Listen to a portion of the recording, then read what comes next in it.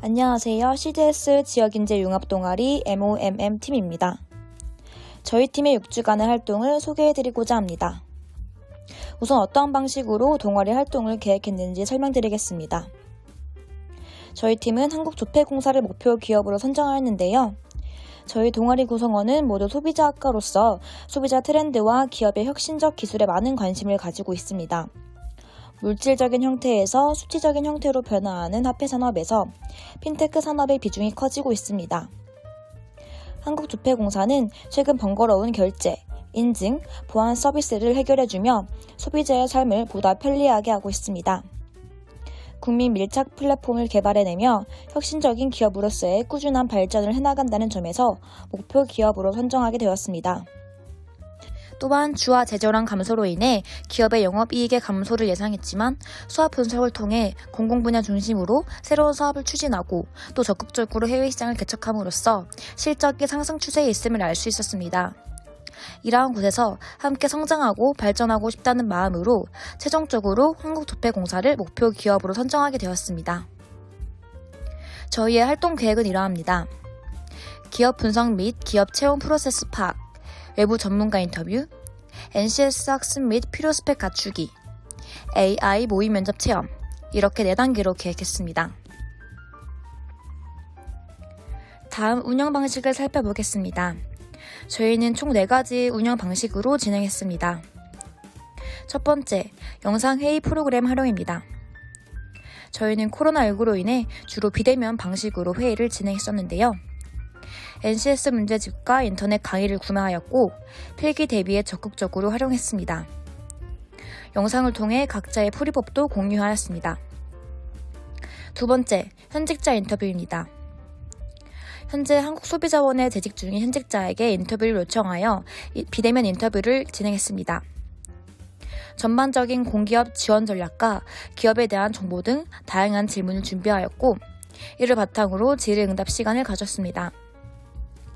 평소에 취업 준비에 대해 궁금해했던 사소한 점들까지 물어볼 수 있었던 유익한 시간이었습니다.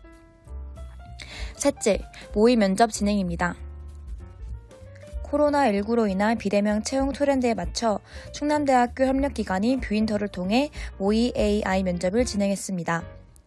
면접은 총 40분 동안 진행되었고 비대면 채용 대비의 필요성을 느낄 수 있었습니다. 넷째, 팀 규칙 제정입니다. 서로의 적극적인 참여를 유지하고자 벌금제를 실시하였습니다.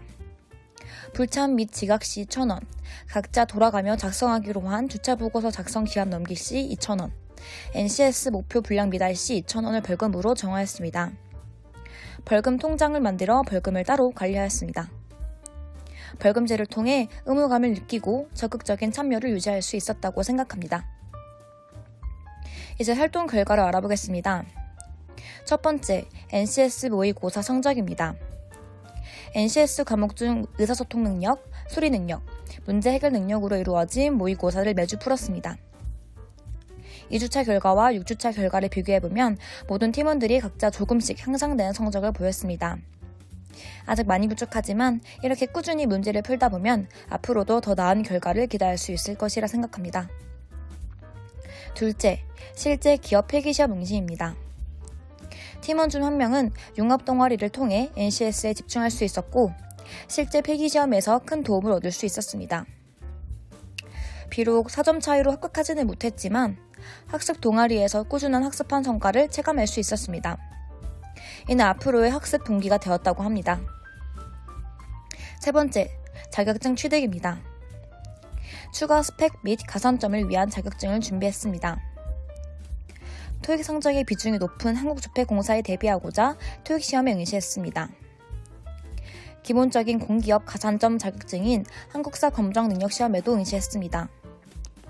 또한 두 팀원은 소비자 학도로서의 강점을 살리고자 소비자 트렌드 전문가, 소비자 재무 설계사를 취득했습니다. 이제 MOMM팀이 제안하는 융합동아리 활동 팁을 알려드리고자 합니다. 첫째, 비슷한 전공, 비슷한 관심사인 팀원으로 구성하기입니다. 저희 동아리는 같은 전공의 학생들로 이루어져 배경 지식과 관심사가 비슷하여 함께 하나의 목표를 향해 달릴 수 있었습니다. 둘째, 상호 보완적 피드백입니다. 같은 전공의 학생이지만 각자 강점을 보이는 NCS 과목이 달랐습니다. 각자의 풀이법을 공유하며 서로 부족한 점을 채워나갔고 함께 성장할 수 있었습니다. 셋째, 현직자 활용입니다. 저희는 현직자 인터뷰가 필수는 아니었으나 이번 기회를 통해 현직자 인터뷰로 많은 것을 얻고 싶었습니다. 기본적인 취업 정보는 물론이고 이전에 작성하였던 자기소개서도 간단히 첨삭받을 수 있었습니다. 무엇보다 응원의 말씀을 통해 나도 열심히 해서 저렇게 취업해야지라는 긍정적인 자극도 받을 수 있었던 기회였습니다. 융합동아리라는 좋은 기회가 있을 때 현직자 인터뷰는 꼭 해보셨으면 좋겠습니다. 넷째, 규칙과 약속 준수하기입니다. 6주라는 기간 동안 많이 지칠 수도 있었지만 벌금제 등의 방식을 통해 서로의 약속은 꼭 지키고자 노력했던 점이 지금까지의 꾸준한 학습량을 유지할 수 있었던 이유라고 생각합니다. 마지막으로 활동 소감입니다. 이번 CDS 지역인재융합 동아리를 참여하면서 취업이라는 높은 장벽을 친구들과 함께 공부하면서 비교적 쉽게 다가갈 수 있어서 저에게는 좋은 기회였습니다. 교재나 강의 등 비용적인 측면에서 부담이 정말 컸는데 지원받을 수 있어서 재정적인 부분에서도 도움을 받았습니다. 그리고 현재 재직 중인 선배를 통해 취업에 대한 이것저것 얘기도 듣고 자소서 첨삭도 받을 수 있는 기회가 되어서 기간은 짧았지만 정말 저에게 유익한 활동이 되었습니다. 취업 준비가 아직 낯선 나에게는 이 프로그램을 통해서 방향성을 잡을 수 있어서 좋았습니다.